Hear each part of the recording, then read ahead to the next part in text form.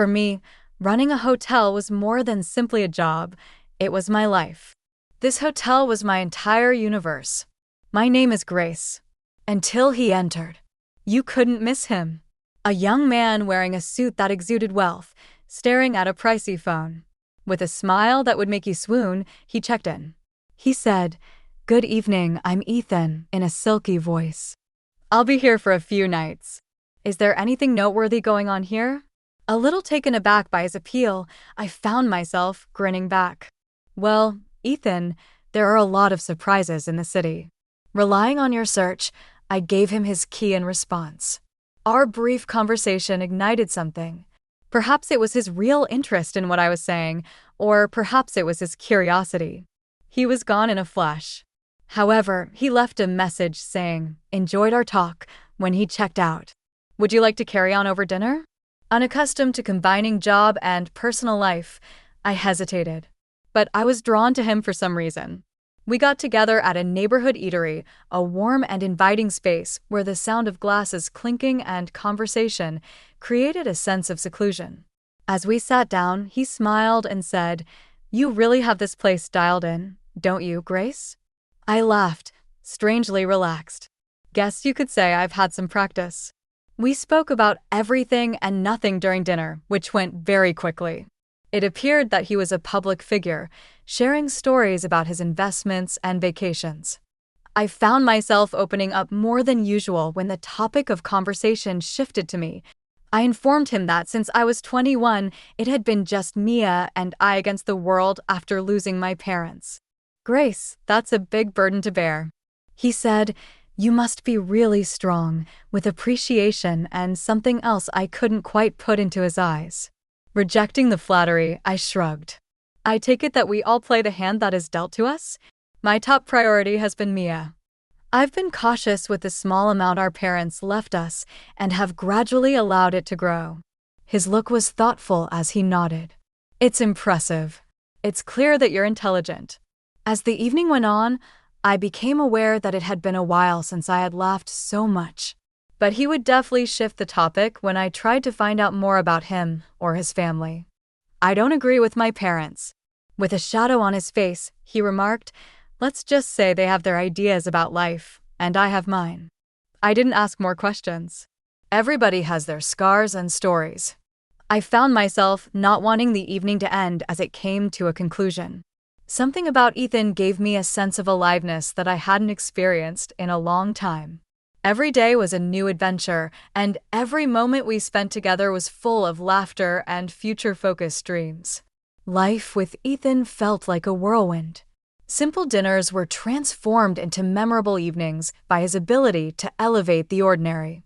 "Ethan, I still can't believe how fast everything is moving," I said to him one evening as we sat in our favorite little cafe, the one with the dim lights and cozy corners. He reached across the table, taking my hand in his. "Grace, when something feels right, why wait?" "I've never been sure of anything in my life," he replied, his eyes holding mine with an intensity that sent shivers down my spine. "I know. It's just, everything's happening so fast." "It's a lot to take in," I confessed, feeling a whirlpool of emotion swirling inside me. He squeezed my hand gently. "I get it. But trust me, Grace, I'm here for the long haul. I want to build a life with you. A future.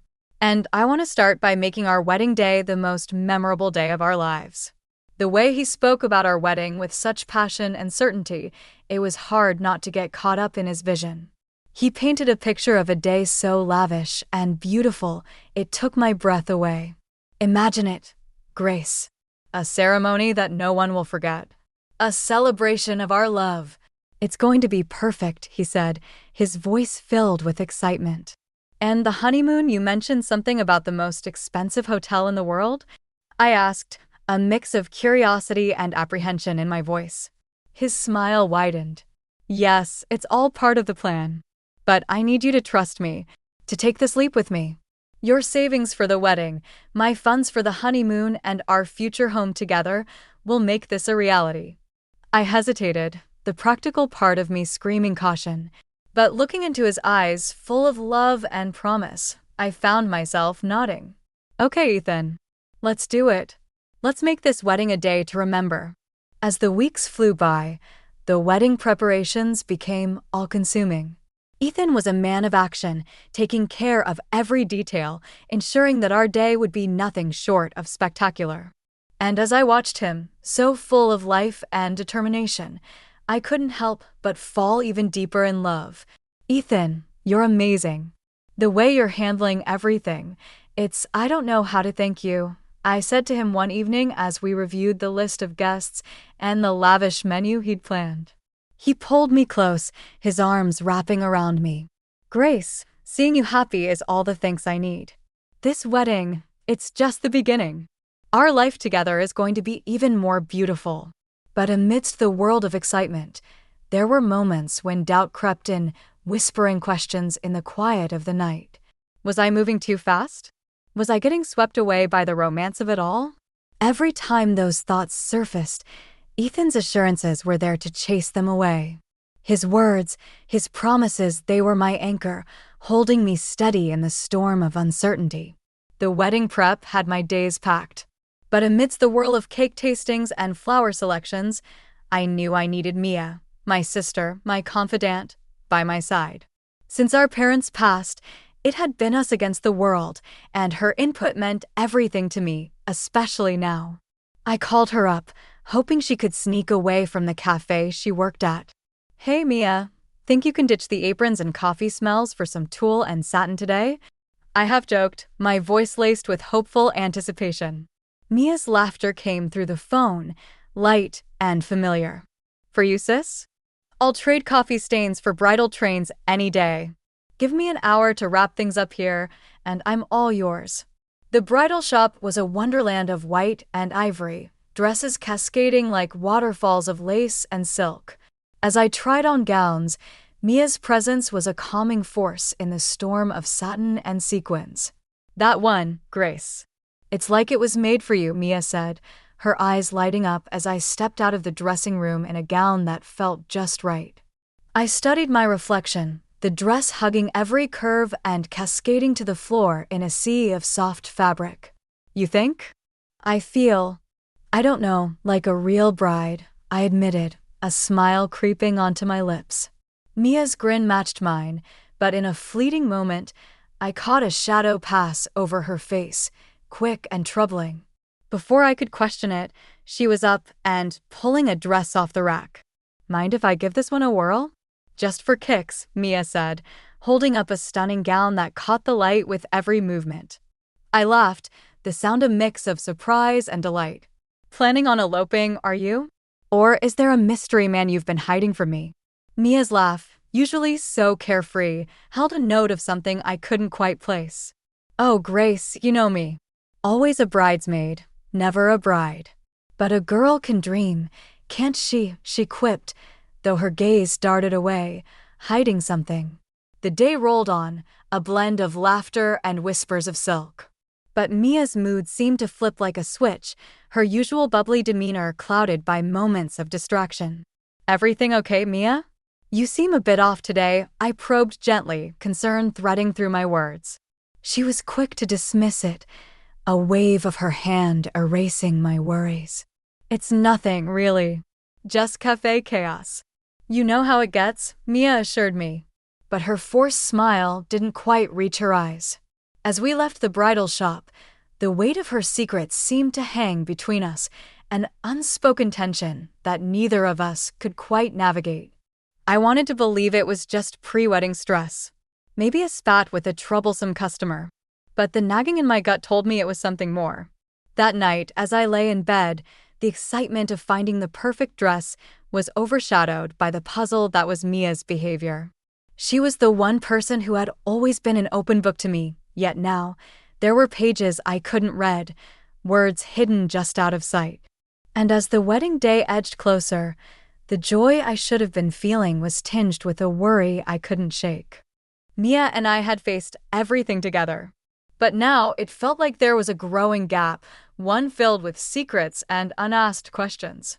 Little did I know, the answers to those questions were about to turn my world on its head.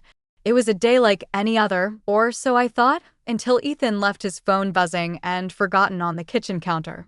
As I went about tidying up the apartment, the constant notifications from his phone nagged at me, a persistent reminder of something amiss. The lack of a password was a surprise, but it was nothing compared to the shock that awaited me inside. The messages between Ethan and Mia were like a punch to the gut, each word a betrayal that tore through my heart. They weren't just having an affair. They were planning to push me aside like I was nothing, like all the years of sisterhood with Mia meant less than the dirt under their shoes. I read and reread Mia's message, confessing her pregnancy with Ethan's child. The words blurred as tears clouded my vision. Can't believe we pulled this off. She's such a fool, falling for every lie. And now with the baby, we can finally be together, just as we planned. The world around me seemed to spin, a carousel of deceit and treachery. Ethan's reply was no better, declaring his love for Mia and his eagerness to see me humiliated, ousted from my own wedding. She's just a naive cash cow. Can't wait to get rid of her and start our real life together. This wedding will be perfect, thanks to her money. I sat there, the phone heavy in my hand, a storm of emotions raging within me. Betrayal, anger, disbelief. They all fought for dominance. But above all, a cold determination began to take root. They thought they could use me, discard me like an old toy. I'd show them the price of underestimating Grace Anderson. When Ethan returned, his carefree demeanor was like a slap in the face. "Hey, babe, did I miss any important calls?" he asked casually, picking up his phone. I forced a smile, my insides turning with anger. "Nope, just the usual stuff." "Busy day," I replied, my voice steady despite the turmoil within. He flashed that charming smile, the one I now knew was nothing but a mask. "As always, but nothing's more important than coming back to you," he said, leaning in for a kiss. I had to force myself not to recoil. From that moment on, I played the part of the oblivious fiancé to perfection. I smiled. I nodded. I went along with the wedding plans. But behind the scenes, I was plotting, planning my revenge on the two people who had betrayed me in the worst possible way.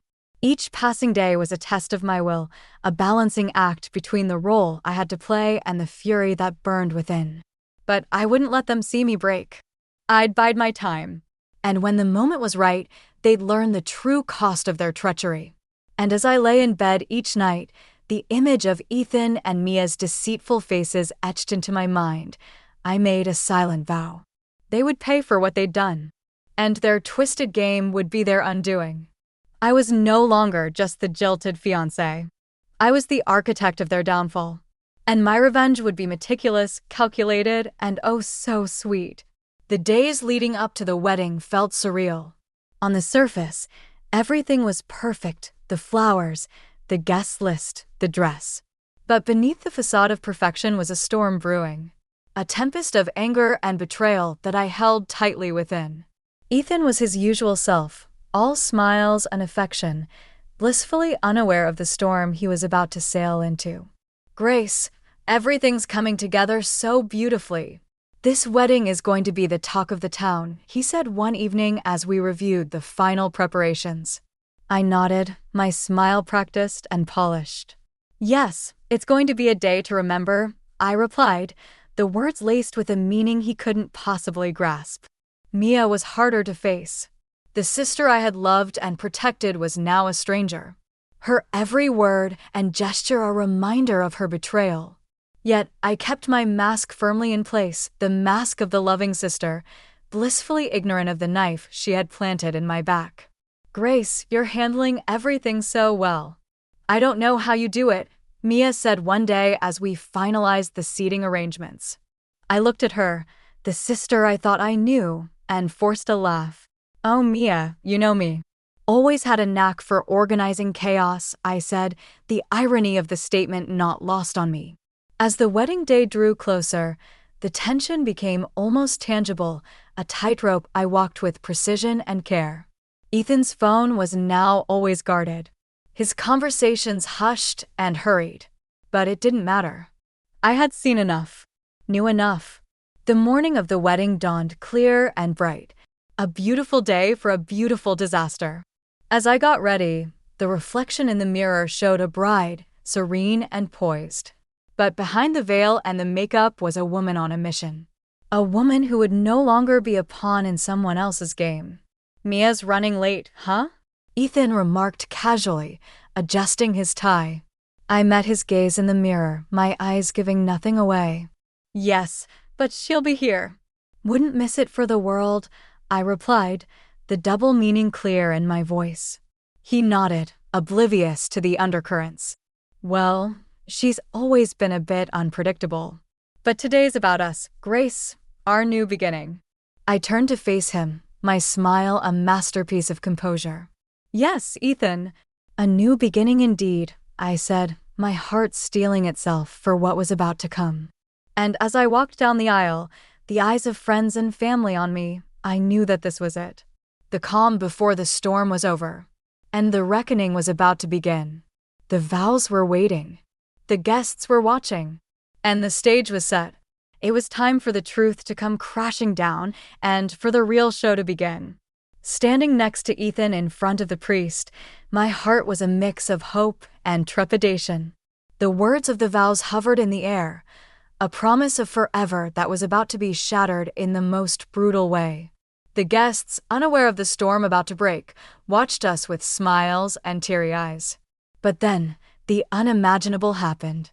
Mia, dressed in a bridal gown that mirrored my own, stormed down the aisle. Her eyes locked on mine, not with sisterly love, but with a cold determination that chilled me to the bone. "Move aside, Grace.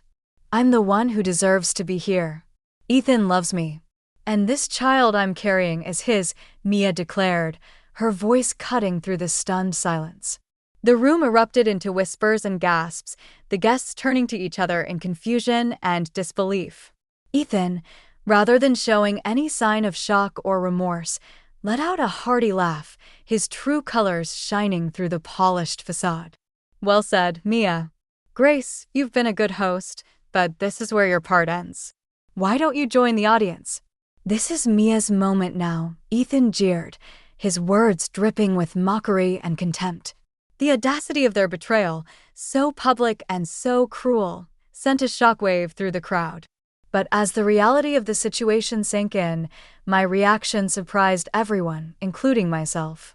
I looked at Ethan, then at Mia, and smiled.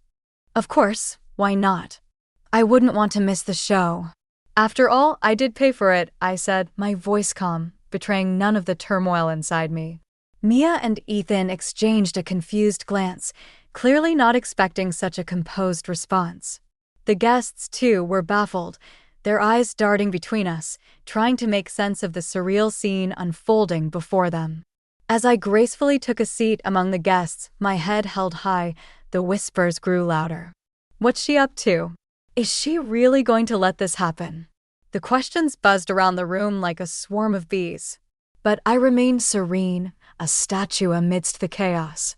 Ethan and Mia, now standing together at the altar, looked unnerved. My calm demeanor had thrown them off.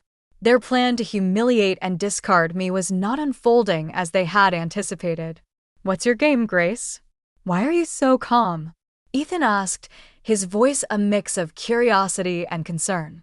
I met his gaze, my smile never wavering. "No game, Ethan. Just enjoying the fruits of my labor. Please proceed."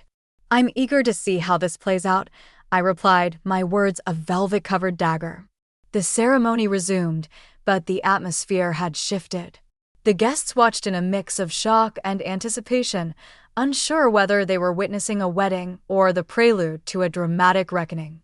As Mia and Ethan exchanged vows, the words felt hollow, a mockery of the sacred promise they were supposed to represent. And as I sat there, surrounded by friends and family struggling to comprehend the spectacle, I knew that this was just the beginning. The real show was yet to come. And Mia and Ethan, in their arrogance and deceit, had just secured front-row seats to their own downfall.